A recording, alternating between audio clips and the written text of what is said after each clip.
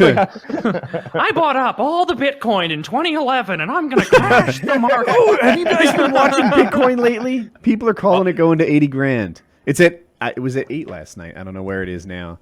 But they just look at the cycles that it's been taking, like it exploded and hit 3, then crashed. Exploded and hit something and crashed. Exploded and hit like 19-ish last time. If it just does what it always does, they're saying it's going to 80. I got half a coin I paid like $5,600 for that's sitting in a safe deposit box on that fucking thing Chiz told me to buy. And I'm going to do what Harley said. I literally did exactly what Harley said. Just put it in a box somewhere and forget about it. And that's where it is. I don't know any Bitcoin. Yeah, I don't know anything about it, actually. I don't know shit about it either. I had to watch a I tutorial. didn't have any faith in it. I'm one of those wealthy enough old to be school fucking around with guys. I bought a coin at 8 grand. I sold it at 14. Kind of regretted it because it ran to 9 and then felt like a genius as it dropped to 3.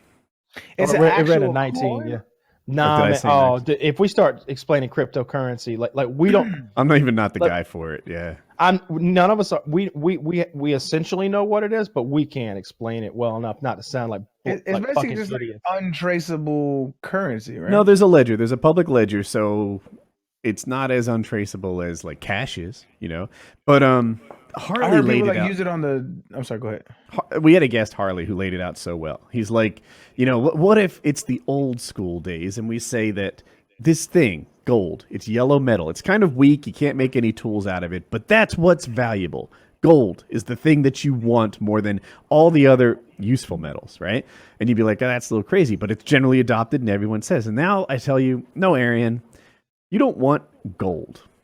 Gold is stupid. What you want is paper. Paper printed in a specific way. That's what money is. You should just put all your time and effort to get paper. And you'd be like, that sounds kind of fouled up because, the real like value is in gold. Let that shit go, man. You gotta let that shit go. It's not going, baby. And this is fouled up. Why would paper be the valuable thing? But eventually society comes around and we all start to agree.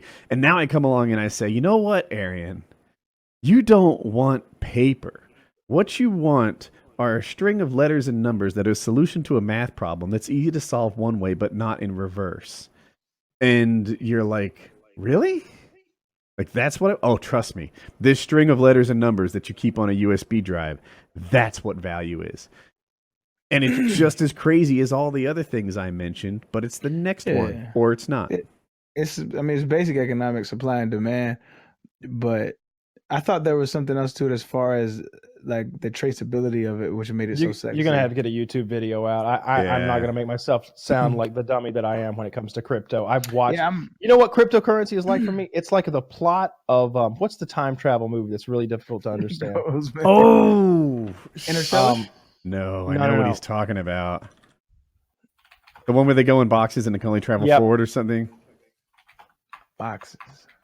Dude, this movie is so complex that like it's Primer. So there's this movie called Primer, and it's about time travel. This guy makes a time machine, but it's not like some Jules Verne shit, like lights whizzing and stuff. He makes a device. I'm not going to start explaining. That movie is impossible to follow. I am smart enough to understand Primer for a few minutes after I read the Wikipedia on it. To understand Primer, you watch Primer. Then you read the Wikipedia, then you watch a YouTube video explaining the Wikipedia, then you watch Primer again, having done all of the 3 prerequisites. And there are charts and like layouts, and that I spent diagrams. 2 minutes looking at one at the diagram and being like, I got a job. Like, I don't have time to learn how this. By the time you do all those things I mentioned, you will know how everything about Primer and how the time machine works and what happened in the movie for exactly 2 hours afterwards. and just like time travel, the next day it's all gone. Okay, like the way I remember it, it's like I get in the machine and I turn it on, and when I get out, I'm like able to go back to when I turned the machine on or something like that. I think time pauses when I'm in the machine for me, but and so I'm able to stay here in this time, but time keeps moving outside the machine. It's actually scientifically accurate. Yeah, the only theoretical way you can travel through time is if you go as fast as the speed of light. So if you're in something that's moving at the fastest speed of light, your time stops for like light doesn't experience time, so time stops for you if you're going. It's theoretically impossible for mass to go as fast. Well, this dude does it in Light doesn't experience time. That's like I'll have to I've take your never word thought for about that. that before in my entire life. That's a wild. really wild It's a thought. wild. It's a wild. Well, thought. and Did that's Neil something deGrasse really Tyson crazy. drop that on you? Nah, I mean, he knows it, of course, but nah, I've been studying physics for a while now. I'm super interested in it, and like that has like mind blowing implications. Like when you think about it, He makes like, his time machine in a rented storage unit, like Walt was storing his money in, and it's made out of like aluminum foil and a big battery and some shit like that. It looks like one of 9-volt those, battery. the big ass battery. It looks It's a like bunch of stolen batteries. it looks like he took a bunch of those heat bags that the Postmates guy shows up with, turned them inside out, and then got in it. The movie's pretty interesting and it's complicated, and like gonna it check turns it out out. whoever is further back in time has an advantage over everyone else. And so it's like whoever thought to be, I guess, the sneakiest out of the gate. I don't remember it completely, but I'm going back a week. I'm going back a week, dude. You know, they're talking about going back further and further. And they're like interacting with. He like sees his other self like going. He's like, "That's us last week," or something like that. I remember there was a scene like that. I've seen it twice. No, excuse me. I've experienced it twice, which means I've seen it 4 times. wait a minute.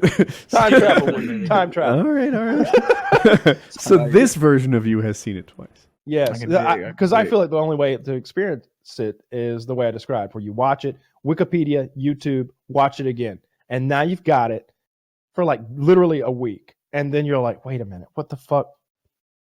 Was that him at the end from the beginning? I don't fucking know. I guess Yeah, I I'll gotta watch it see it. again. I gotta watch it. Yeah.